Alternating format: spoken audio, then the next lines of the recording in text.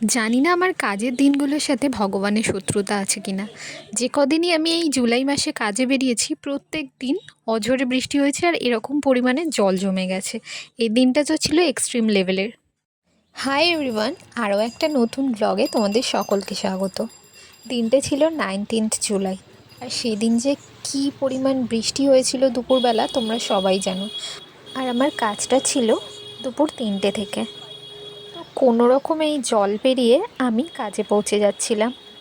আমরা কিন্তু যেভাবেই কাজে যাই না কেন সেই স্ট্রাগলের কথা খুব বেশি ক্লায়েন্টকে বলার প্রয়োজন মনে করি না, যদি না প্রয়োজন পড়ে সেইভাবে। তো যাই হোক, এটা আমার স্কুলের সামনে দিয়ে যাচ্ছি, আর কী পরিমাণে যে জল জমেছে তোমরা বুঝতেই পারছো। এর আগে আরেকটা রোড আছে 14 নম্বর, সেখানেও সেম জল। তো এটা যেহেতু শর্টকাট আমাদের জন্য, তাই আমরা এখান থেকেই চলে যাই।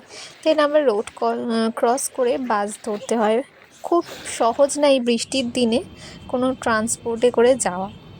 প্রথমে তো চেষ্টা করেছিলাম উবেরে করে যাওয়ার, বাট উবের কোনোভাবেই রিকোয়েস্ট অ্যাকসেপ্ট করে না বৃষ্টির কারণে।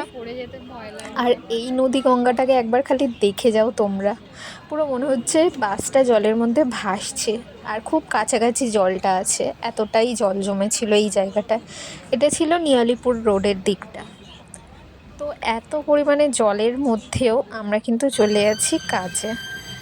তো বাস থেকে নেমে আবার টোটোয় করে চলে গেলাম ক্লায়েন্টের লোকেশানে। এই যে ক্লায়েন্টের লোকেশান দেখতে পাচ্ছ, তো এখানে ছিল এই যে ছোট্ট ক্লায়েন্টটা বসে আছে, ওরই ছিল বার্থডে সেলিব্রেশন আর কি, পোস্ট বার্থডে সেলিব্রেশন যাকে বলা যেতে পারে। হয়ে গেছে আগে বার্থডে, বাট সেলিব্রেশনটা পরে হচ্ছে। তো যাই হোক, আমরা কিন্তু কাজে ফিরে আসি। এখানে আমি আমার কাজ কিন্তু শুরু করে দিচ্ছি। এই যে আমার ক্লায়েন্ট বসে আছে, একটা ছোট্ট ট্রানজিশন করে নিলাম।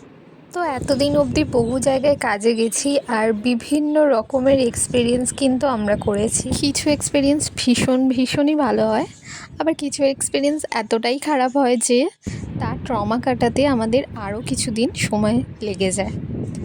তো আমি তোমাদের ধরো একটা এক্সাম্পল দিয়ে বোঝাতে চাই। যে কোনো কাজেরই একটা মেটেরিয়ালসের চার্জ হয়, আর একটা তার পারিশ্রমিক হয় যে কাজটা করছে। ধরো একটা বাড়ি বানানোর ক্ষেত্রে একজন রাজমিস্ত্রি বা যে কন্ট্যাক্ট করে কন্ট্রাক্টর, সে কি শুধুই মেটেরিয়ালসে চার্জ নেয় নাকি তাদের পারিশ্রমিকটাও নেয়?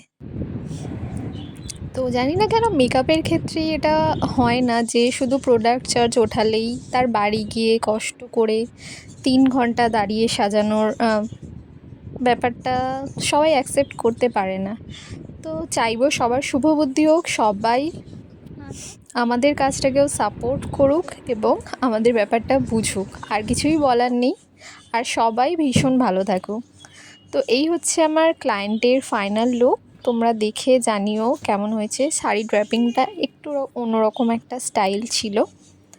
তো তোমাদের কেমন লাগলো জানিও। আর এই হচ্ছে ছোট্ট ক্লায়েন্টের লুক। খুব তাড়াহুড়োই এই কাজটা করা। আজকের মতো টাটা, সবাই ভালো থেকো।